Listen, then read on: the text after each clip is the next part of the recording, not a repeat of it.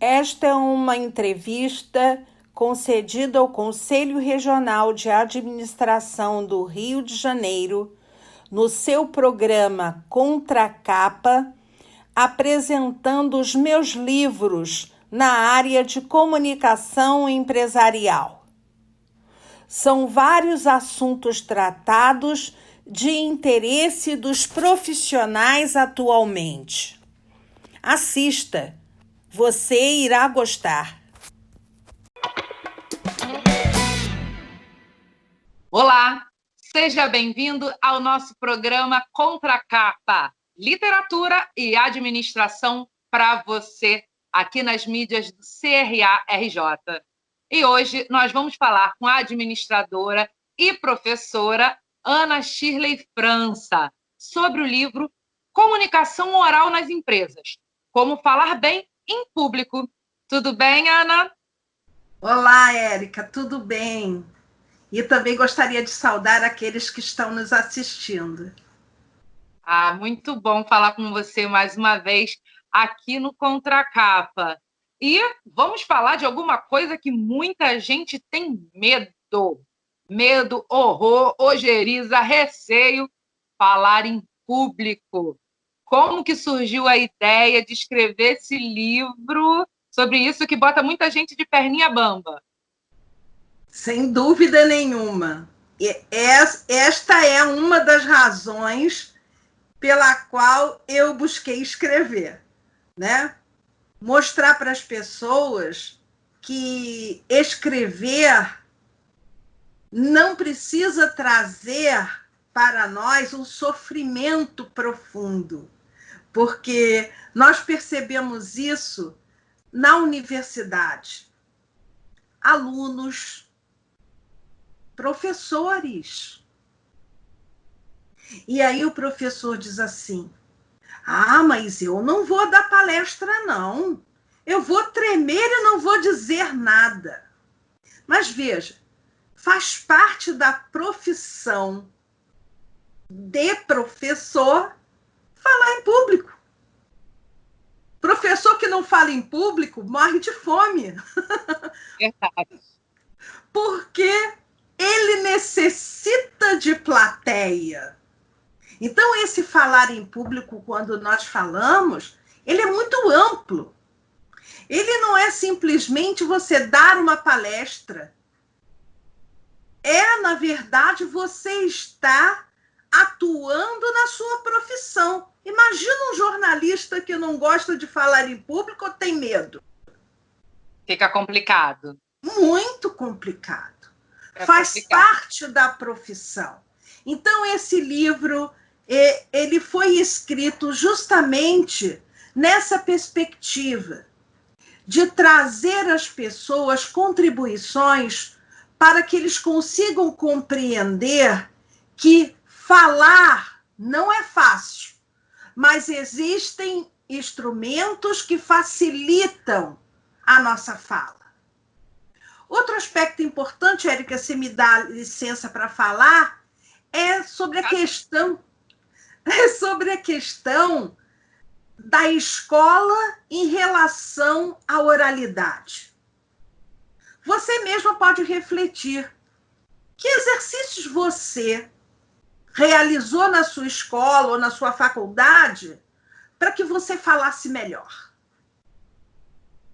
Eu lembre nenhum. Então, a própria escola, e aí eu falo da escola constituída, ela já traz esse afastamento e valorização da oralidade.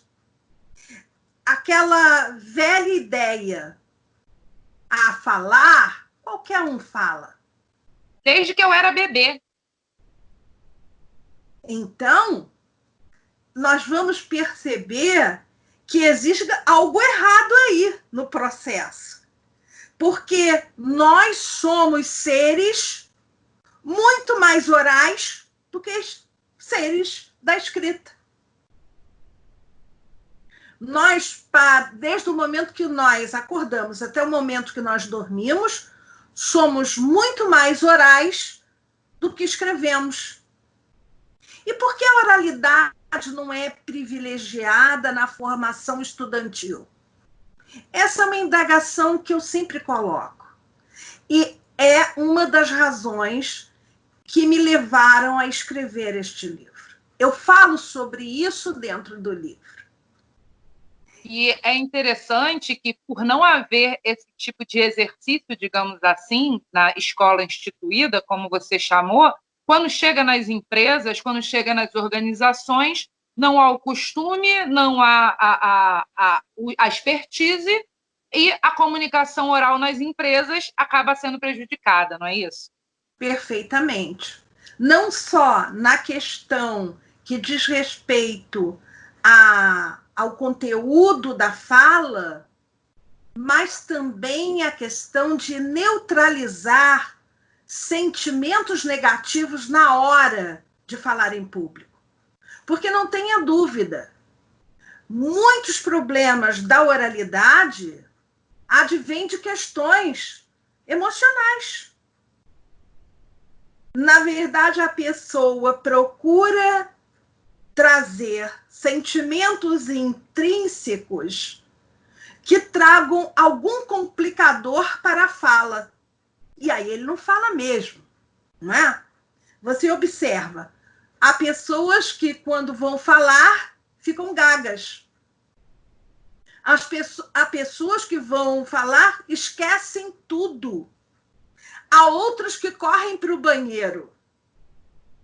Isso, sem dúvida, são manifestações emocionais que influenciam decisivamente na fala. Então, esse processo de neutralizar o emocional, eu falo sobre ele no livro. Porque é um momento de ajuda, de colaboração aos profissionais. E qual é o administrador que não tem a necessidade de falar numa reunião, apresentar numa palestra? Planejamento. Ele precisa falar para um público pequeno, mas precisa.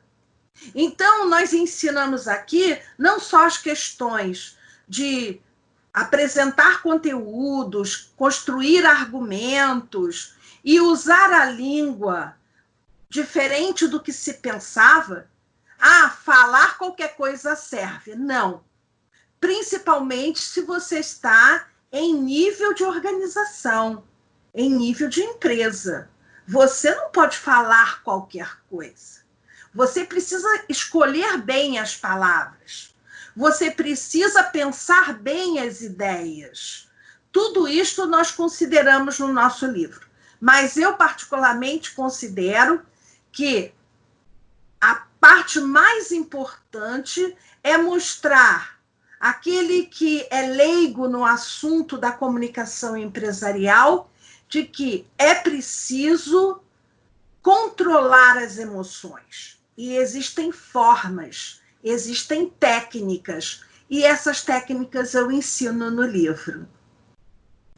E você, no papo que a gente estava tendo antes de começar, a gente falou sobre a importância da argumentação. Você dedica um capítulo à argumentação, não é isso? Sem dúvida nenhuma. Aqueles que estão envolvidos na comunicação percebem que a cada dia que passa, os argumentos se diluem. Hoje as pessoas buscam em mídias sociais, nas falas informais, argumentos que nem contêm a verdade e passam a reproduzir. Então, construir argumentos, provar o que se pensa, o que se fala, é algo fundamental. Então, eu dediquei no livro um capítulo a esse tema, argumentações, em que nós vamos ver uma série de procedimentos, de evidências que trazem contribuição à nossa fala, né? Mostrar como você usa uma tabela. A pessoa pensa, a tabela é qualquer uma. Não, você precisa ver primeiro, essa tabela reflete o conteúdo daquilo que você vai falar? Segundo, essa tabela é atualizada no tempo, porque você usar uma tabela vazia, temporalmente falando, ela não contribui em nada para a argumentação. Então, são cuidados, são pequenas observações que você precisa ter na hora que você está construindo o texto oral. E digo sempre, eu sei que não é fácil falar em público, mas se você tem conhecimento das técnicas, se você consegue construir um conteúdo adequado, com boas palavras, dizendo aquilo que precisa ser dito e neutralizando os aspectos negativos da emoção, você vai falar bem, você vai saber se colocar em público sem nenhuma dificuldade. E, Ana, boa conhecedora do mercado, como você acredita que falar bem em público, ser uma pessoa bem articulada nesse sentido, é um diferencial para o mercado de trabalho do administrador hoje? E não tenho dúvida, não tenho dúvida. Principalmente porque hoje nós temos uma administração muito mais colaborativa. Então, aquele que pensa que vai entrar na empresa e vai trabalhar para ele sozinho, está totalmente enganado. Hoje, a empresa é uma engrenagem, e como engrenagem, ela faz com que todas as pessoas construam uma comunicação interpessoal muito ativa, muito dinâmica. Então, falar em público, falar com o companheiro, falar para a diretoria, e ainda tem essa nuance. Você não fala para o diretor como fala para o seu colega. Uhum. Você não fala na sua casa como você fala na sua empresa. O que nós chamamos de adequação da linguagem. Esse assunto também é tratado no nosso livro. E é interessante essa questão da adequação da linguagem, porque com a proximidade através de redes sociais, através de mensagens instantâneas, quem não fala com o chefe pelo WhatsApp, né? Acho que a adequação da língua oral, ou no caso, mandando um áudio no WhatsApp, ela tem que ser mantida até um determinado ponto, mesmo que você esteja numa rede social ou numa mensagem instantânea. É bem complicado, é uma linha bem tênue isso, né? Entre se transformar, entre aspas, em uma pessoa pedante e uma pessoa respeitosa. Esse dado, Érica, é muito interessante. Por quê? As pessoas acham, porque estão numa mídia social, ou porque estão no Zap, ou porque estão no Facebook, ou em qualquer instrumento do Google e etc., ele está em nível de despojamento. E isso não é verdade.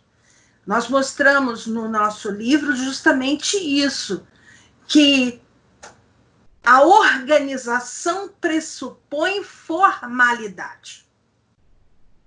Não existe informalidade na comunicação empresarial.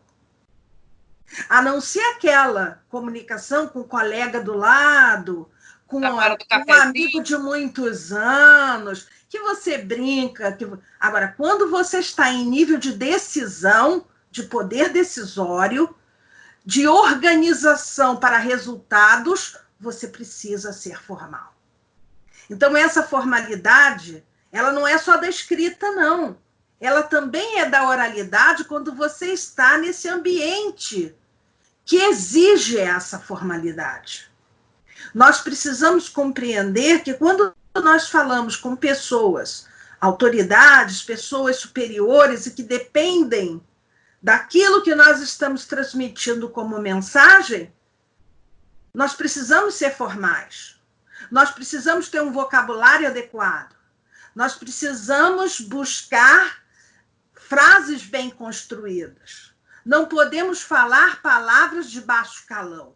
Então, isso tudo está relacionado ao tipo de relacionamento profissional que você tem com o teu destinatário, não é? Se é um relacionamento formal, a sua linguagem tem que ser formal.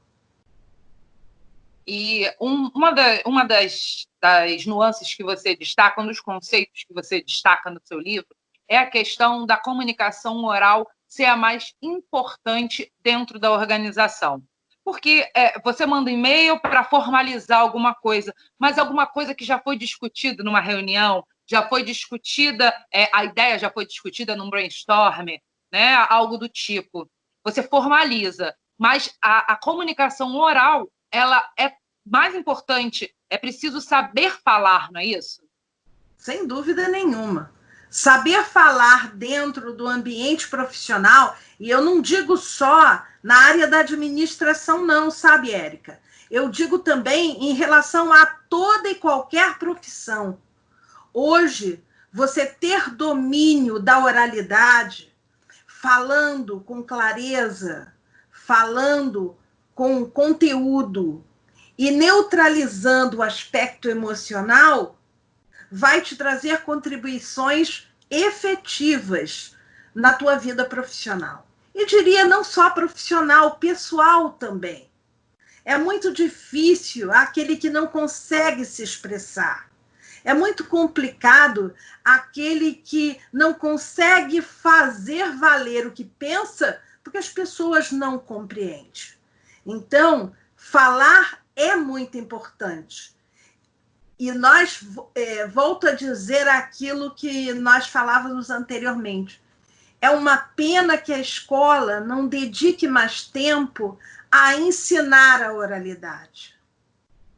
Se nós tivéssemos um trabalho mais efetivo na escola, dessa oralidade, com vistas ao profissional, com vistas a você ter uma comunicação interpessoal melhor, sem dúvida, as pessoas hoje não passariam por essas dificuldades que nós vemos todos os dias, não é? E é interessante que a cultura brasileira é uma cultura muito baseada na oralidade. Nós temos as famosas lendas urbanas, né? As histórias que são passadas de pai para filho, mas quando chega na instituição, isso acaba se perdendo, né? Seria mais interessante se a gente conseguisse cultivar de alguma forma. Você falou algo que, para mim, tem um significado enorme. Eu ensino muito contando história.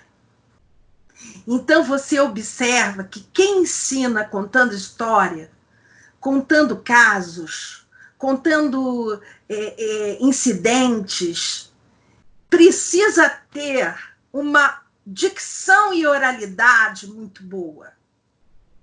Mas eu faço isso instintivamente, porque eu acredito que quando você vivencia algo real ou algo ficcional, mas que esteja presente na sua vida, você aprende muito mais, né? Aí era engraçado que os alunos diziam assim: professora, você parece o Forrest Gump. Eu falei assim: não pareço, não. Eu sou ele, porque a minha vida é contar história. Eu gosto de contar história para o meu aluno, porque ele aprende a partir das histórias que eu conto.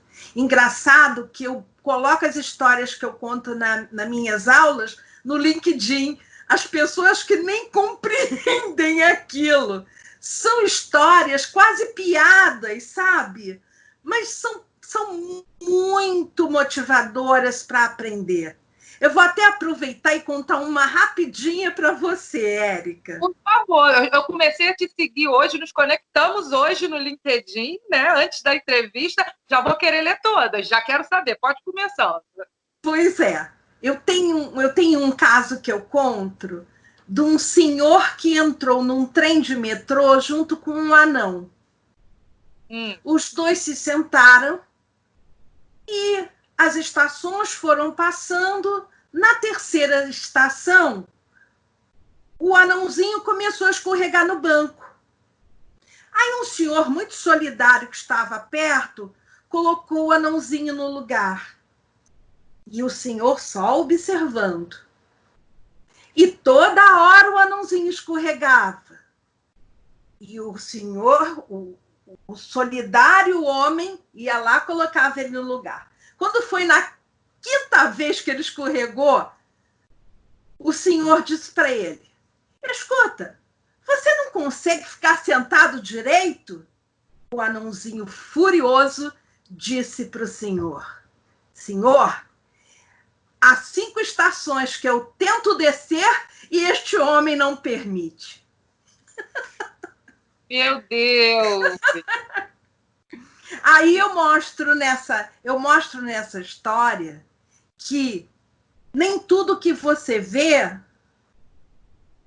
o seu julgamento é verdadeiro. As atitudes que uma pessoa apresenta nem sempre é aquilo que você pensa. Entendeu? E nem o que você acha ser benevolente está fazendo bem a outra pessoa. Também, veja quantas falas você consegue tirar de uma história mínima. Entende? Então eu conto essas histórias lá no LinkedIn.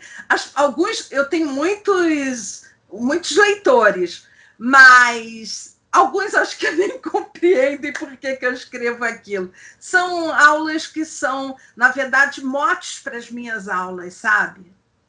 E eu divulgo. Maravilhoso. Já pode dar o endereço do seu LinkedIn, que eu tenho certeza que vai ter muito mais seguidores agora. Eu sou Ana Shirley França, né?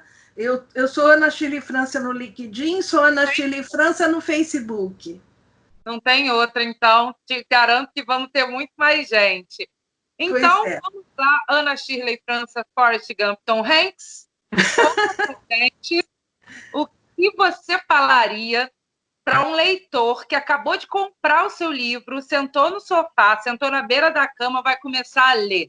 O que você falaria ali no ouvidinho dele, sussurraria para ele ou para ela? Não tem outra, eu diria. Falar não é fácil, mas há muitas técnicas e muitas informações que podem ajudá-lo a concretizar esse desejo de falar bem e melhor. E vamos encontrar aqui nesse livro, né? Sem dúvida nenhuma. Ana, muito obrigada pela sua participação aqui no Contracapa. Sempre um prazer conversar com você. Também é meu prazer. Eu gosto muito de colaborar com o conselho. Eu gosto muito de levar uma palavra, sabe, positiva para estudantes, para os meus colegas administradores e para vocês que estão nos ajudando a apresentar as nossas ideias. Que bom. Seja sempre bem-vinda. Obrigada. Bom, e você que ficou com a gente até aqui, já sabe, na próxima segunda, ao meio-dia, uma nova estreia, um novo Contracapa especialmente para você, unindo literatura e administração. Eu te espero na nossa próxima edição. Tchau, tchau, até lá!